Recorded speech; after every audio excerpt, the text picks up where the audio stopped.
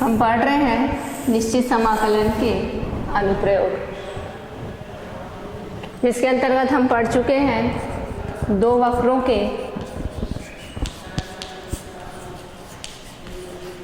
बीच का क्षेत्रफल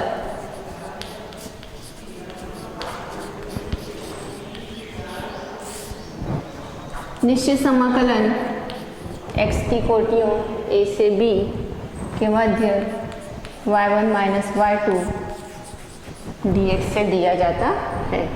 आइए इसी के अंतर्गत एक प्रश्न बनाते हैं। वक्र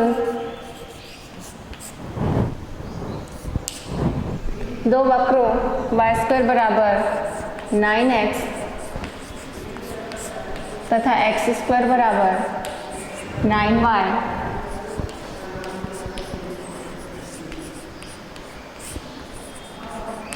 से घिरे क्षेत्र का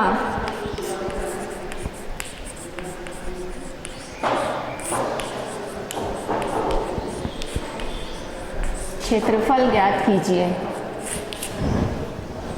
आइए बनाते हैं इस प्रश्न को। सबसे पहले अक्षों पर इन वक्रों को बनाते हैं। हमारा पहला वक्र है y² बराबर 9x, एक परवलय का समीकरण जिसकी x अक्ष पर सममिति होगी y² बराबर 9x। दूसरा समीकरण है x² बराबर 9y,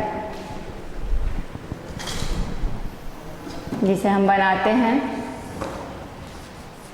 तो x² बराबर 9y हम बना सकते हैं।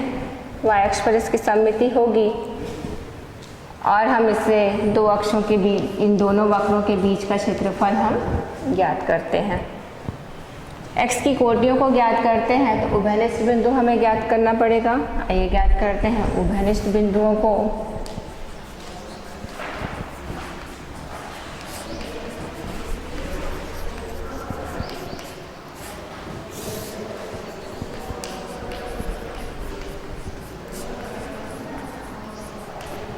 उभयनिष्ठ बिंदुओं को ज्ञात करते हैं जिससे हमें x की कोटियाँ प्राप्त हो जाएंगी। पहला तो हमें दिख रहा है x बराबर 0। दोनों बिंदुओं को ज्ञात करते हैं तो पहले समीकरण में हमें y² बराबर 9x है, दूसरे समीकरण में हमारे पास x² बराबर 9y है। दूसरे समीकरण से y का मान निकालते हैं और इसे रख देते हैं पहले समीकरण में। तो हम लिख सकते हैं y² बराबर 9x में y का मान लिखते हैं x² बाय 9 का स्क्वायर बराबर होगा 9x के। हल करते हैं इसे, x की घात में 4, 9 का वर्ग बराबर हो गया 9x। और लिख सकते हैं x की घात में 4 बराबर 9 के वर्ग का गुणा हो जाएगा 9x से। x की घात में 4 बराबर 9 की घात में 3 और x की घात में 4 ऋण 9 की घात में 3, x बराबर 0 भी लिख सकते हैं इसे। x को उभयनिष्ठ निकाल लीजिए तो x³ माइनस 9 का क्यूब बराबर 0, जिसे हम x के दो मान मिलते हैं। पहला है x बराबर 0 तथा दूसरा मान मिलेगा x³ बराबर 9 का क्यूब।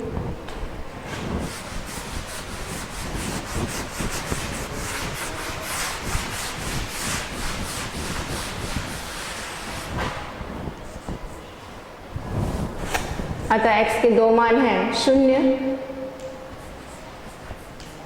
तथा x³ बराबर 9 का क्यूब को हल करें तो x का दूसरा मान मिल जाता है हमें x बराबर 9।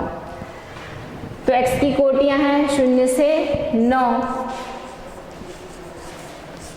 और अभिष्ट क्षेत्रफल होगा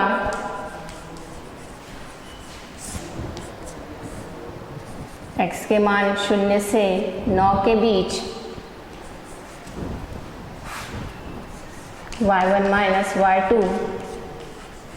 dx के, जहाँ y1 होगा पहला परवलय y² बराबर 9x को हल करेंगे तो y1 हो जाएगा वर्गमूल 9x। तथा y2 का मान हम निकालेंगे दूसरे परवलय से, जहाँ दूसरे परवलय का समीकरण है x² बराबर 9y से y का मान निकालते हैं x² बाय 9। y1 और y2 का मान क्षेत्रफल में रख देते हैं।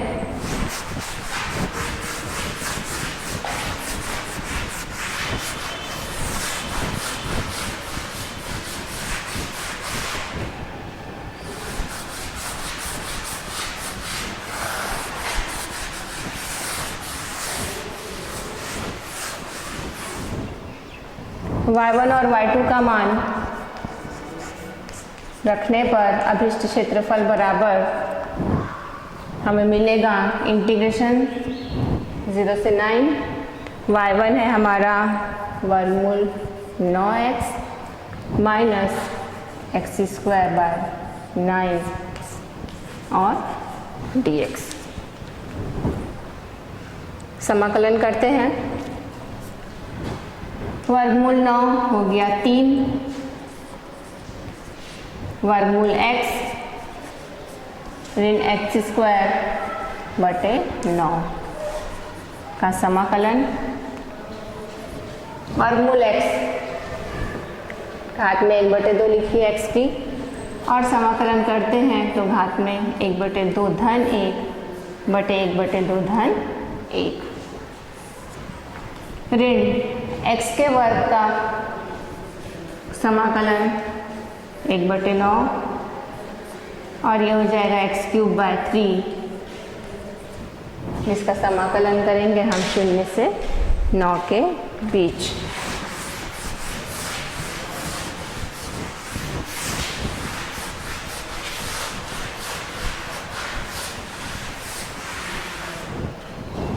हम देखते हैं अभिष्ट क्षेत्रफल बराबर होगा 3 x की घात में 3/2, हर में भी है 3/2 ऋण x की घात में 3 और हर में है 9 27, 0 से 9। इस 3/2 को हल करते हैं, 2 ऊपर चला जाएगा, 3 और 3 कट जाएगा और ये आ जाएगा 2 x की घात में 3/2 ऋण x की घात में 3/27, 0 से 9। अब हल करेंगे x की उच्च सीमा में से x की निम्न सीमा को घटा देंगे। x की उच्च सीमा है 9, 9 की घात में 3/2 लिखेंगे ऋण 9 की घात में 3/27 ऋण x का मान 0 रखने से दोनों ही पद हमें 0 मिलेंगे। हल करते हैं इस पद को। 9 को लिख सकते हैं 3 का वर्ग की घात में 3/2 ऋण 9 की घात में 3 अर्थात 9 का 3 बार गुणा बटे 27।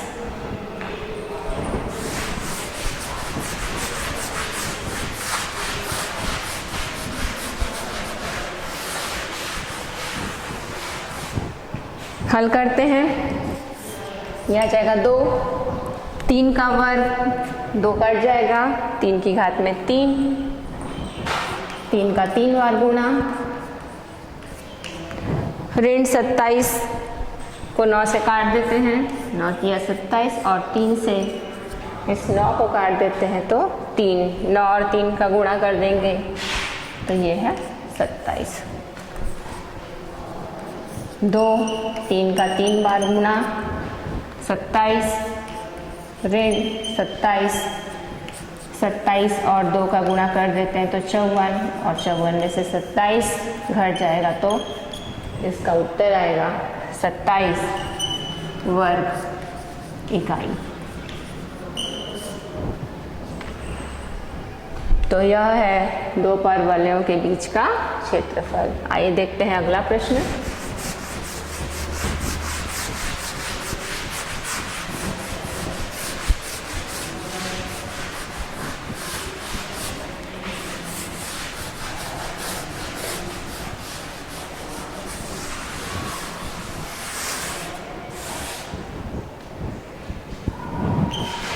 देखते हैं अगला प्रश्न, जिसमें समाकलन विधि से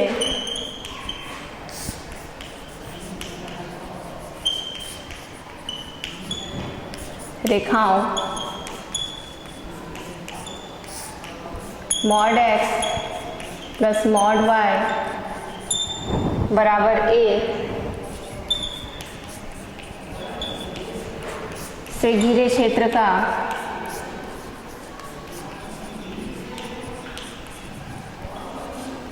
क्षेत्रफल ज्ञात करना है। तो हमारा प्रश्न है, समाकलन विधि से रेखाओं mod x plus mod y बराबर a से घिरे क्षेत्र का क्षेत्रफल ज्ञात कीजिए। आइए इसे हल करते हैं। मॉड x के दो मान हो सकते हैं, प्लस x और माइनस x। उसी प्रकार मॉड y के भी दो मान होते हैं, प्लस y और माइनस y। तो mod x plus mod y बराबर a जिन रेखाओं को प्रस्तुत करते हैं वे होंगे, सबसे पहला होगा x प्लस y बराबर a, दूसरी रेखा होगी माइनस x प्लस y बराबर a, तीसरी रेखा होगी माइनस x माइनस y बराबर a, दोनों ही ऋणात्मक ले लें, और चौथी रेखा होगी प्लस x और माइनस y बराबर a। तो mod x plus mod y बराबर a चार रेखाओं को प्रदर्शित करती है। पहला x प्लस y बराबर a है, दूसरा माइनस x प्लस y बराबर a, तीसरे में हम x और y दोनों को ऋणात्मक लेते हैं, माइनस x माइनस y बराबर a, तो चौथे में x धनात्मक है पर y ऋणात्मक है, x माइनस y बराबर a।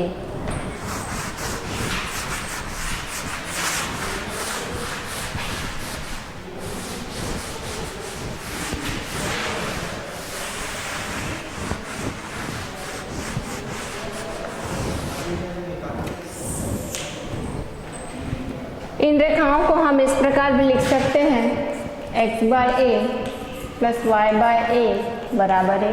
पहली रेखा को लिख सकते हैं, a से भाग दे दें, x by a plus y by a बराबर a। दूसरी रेखा को हम लिख सकते हैं, x by minus a plus y by a बराबर 1। इसी प्रकार तीसरी रेखा को लिख सकते हैं हम, x by minus a plus y by minus a बराबर 1, तथा चौथी रेखा को हम लिख सकते हैं x by a plus y by minus a बराबर 1, तथा अक्षों पर इन्हें बना सकते हैं। अब आप क्षैतिज अक्ष x और ऊर्ध्वाधर अक्ष है हमारे पास x x dash y y dash बना लेते हैं। पहली रेखा यदि हम बनाएं तो उस रेखा का समीकरण है जो अक्षों पर a अंतःखंड काटता है। तो एक सरल रेखा जो x अक्ष पर भी a अंतःखंड काटता है और y अक्ष पर भी a अंतःखंड काटता है, x का मान 0 से a तक है। इसी प्रकार y का मान भी 0 से a तक है। दूसरी रेखा हम बनाते हैं जो x अक्ष पर माइनस a अंतःखंड तथा y पर a अंतःखंड काटता है, x की ऋणात्मक दिशा में। ये दूसरी रेखा x पर माइनस a अंतःखंड काटता है, y पर a। तीसरी रेखा हम बना सकते हैं जो x और y दोनों पर ही माइनस a अंतःखंड काटता है, तथा चौथी रेखा हम बना सकते हैं जो x पर तो a लेकिन y पर माइनस a अंतःखंड काटता है। तो इस प्रकार चारों रेखाओं को हम अक्षों पर बना लेते हैं। तो इन चारों रेखाओं के कारण अक्ष पर यह जो क्षेत्रफल बना, इस पूरे क्षेत्रफल को हमें ज्ञात करना है। एक भाग का क्षेत्रफल हम ज्ञात कर सकते हैं निश्चित समाकलन विधि कोटियों x का 0 से लेकर a तक यदि हम समाकलन एक रेखा के लिए कर लें तो हम एक भाग का मान ज्ञात कर सकते हैं और उसका 4 गुना करके हम पूरे क्षेत्र का क्षेत्रफल ज्ञात कर सकते हैं। आइए देखते हैं।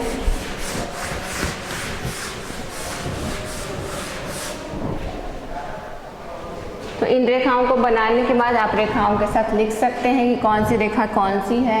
ये है x by A plus Y by A बराबर 1। ये रेखा है x by minus A plus Y by A बराबर 1।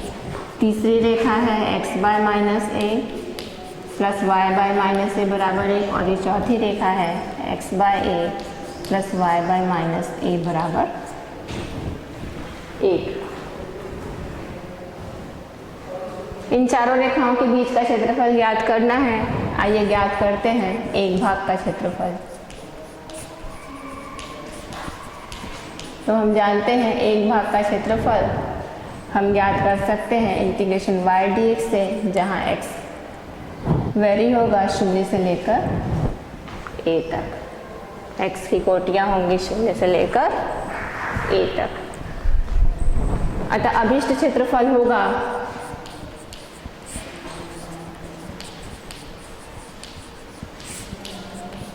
इसका 4 गुना 4 0 से a y dx के बराबर।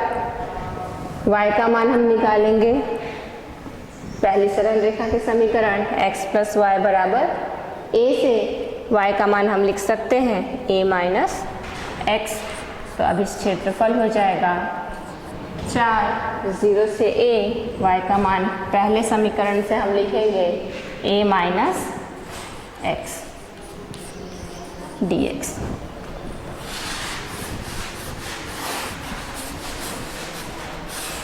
समाकलन करते हैं। हो जाएगा 4, a का समाकलन हो गया ax और x का समाकलन हो गया x स्क्वायर बाय 2 और इसकी सीमा है 0 से a। 4 x का मान a रखते हैं उच्च सीमा, तो ये हो गया a का वर्ग ऋण a का वर्ग बटे 2। निम्न सीमा x का मान 0 रखते हैं, दोनों ही पद हमें 0 मिलेंगे। तो ये हो गया 4, लघुत्तम ले लें तो 2 a का वर्ग ऋण a का वर्ग।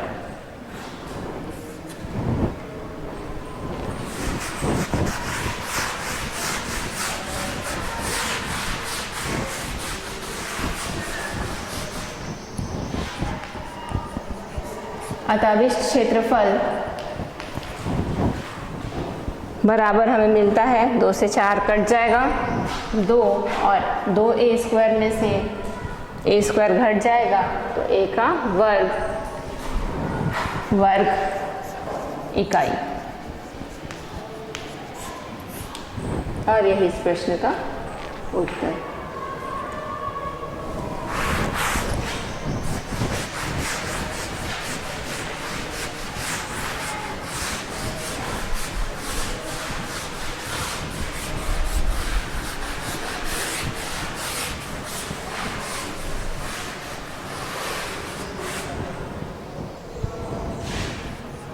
देखते हैं अगला प्रश्न। रेखाओं y बराबर 3x प्लस 1 तथा y बराबर 2x प्लस 1 तथा x बराबर 4 से घिरे क्षेत्र का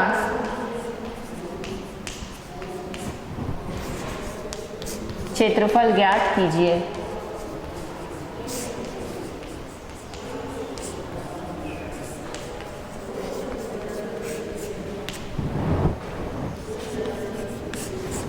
देखते हैं इसका हल। हमारे पास रेखाओं के समीकरण है। पहली रेखा है y बराबर 3x प्लस 1। दूसरी सरल रेखा है y बराबर 2x प्लस 1 और तीसरी रेखा है x बराबर 4। बनाते हैं इन्हें अक्षों पर।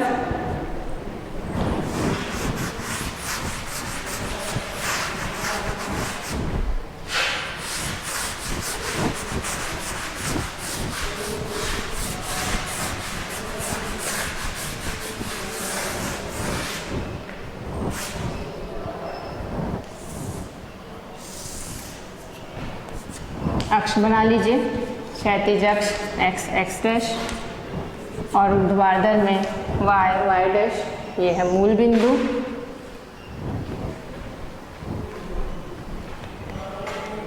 y बराबर 3x प्लस 1 तथा y बराबर 2x प्लस 1, दो सरल रेखाएं, इन दोनों को हल करें तो हमको इनका उभयनिष्ठ बिंदु मिल जाएगा। पहला समीकरण है y बराबर 3x प्लस 1, दूसरा है y बराबर 2x प्लस 1। यदि इस y बराबर 2x प्लस 1 का मान हम समीकरण 1 में रखते हैं या दोनों पक्ष आपस में बराबर कर दें तो 2x प्लस 1 और 3x प्लस 1 को आपस में बराबर होना चाहिए, जिससे हमें मिलता है 2x बराबर होना चाहिए 3x के, या आप लिख सकते हैं 2x का पक्षांतर कर दें तो 3x माइनस 2x बराबर हो जाएगा 0 के, या x का मान हमें मिल जाता है 0।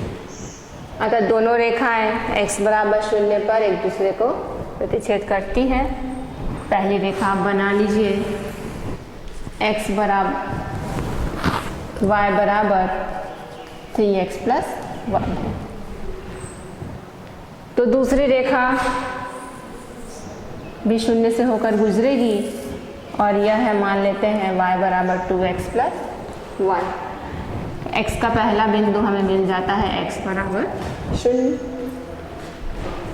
x बराबर 4 आपको लेना है रेखा, तो मान लेते हैं ये बिंदु है x बराबर 4, तो x बराबर 4 एक सरल रेखा बना लीजिए। तो पहली रेखा y बराबर 3x प्लस 1 है, दूसरी रेखा y बराबर 2x प्लस 1 है और तीसरी रेखा है x बराबर 4। और इन तीनों रेखाओं के बीच का क्षेत्रफल हमें ज्ञात करना है, अर्थात इस क्षेत्रफल को हमें ज्ञात करना है।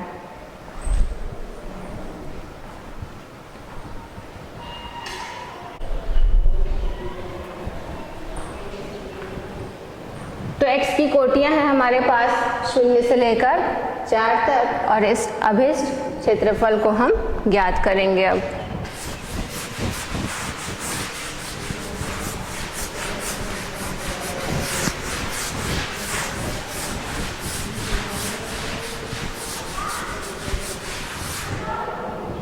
हम जानते हैं अभिष्ट क्षेत्रफल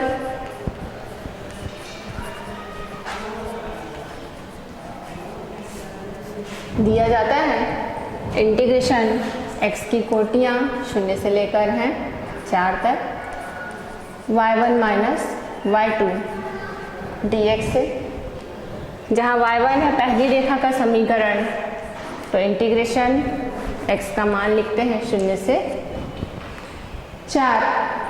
पहली रेखा का समीकरण है 3x प्लस 1 माइनस दूसरी रेखा का समीकरण है y बराबर 2x प्लस 1, तो ये y1 हो गया और ये रेखा y2 हो गई dx। 0 से 4 के बीच इसको थोड़ा सा हल कर लीजिए। 3x प्लस 1 ऋण चिन्ह के कारण माइनस 2x और ये हो गया माइनस 1। dx एक कट जाएगा, 0 से 4 के बीच 3x में से 2x घट जाएगा, तो हमें मिल जाएगा x dx।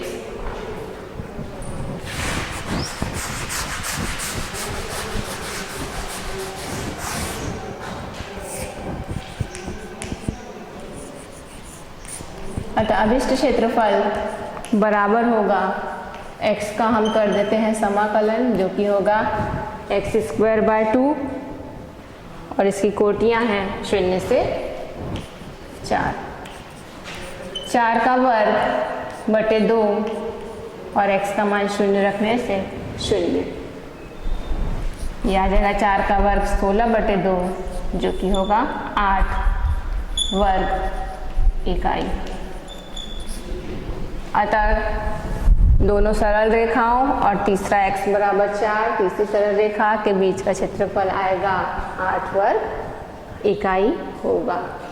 तो ये थे निश्चित समाकलन के अनुप्रयोग, जिसमें हमने पहले पढ़ा किसी वक्र का x अक्ष के साथ बना क्षेत्रफल कोटियों के मध्य, और उसके बाद हमने पढ़ा दो वक्रों के बीच का क्षेत्रफल। इस तरह ये हमारा इकाई समाप्त होता है। इसी प्रकार अन्य प्रश्नों को आप बना सकते हैं। धन्यवाद।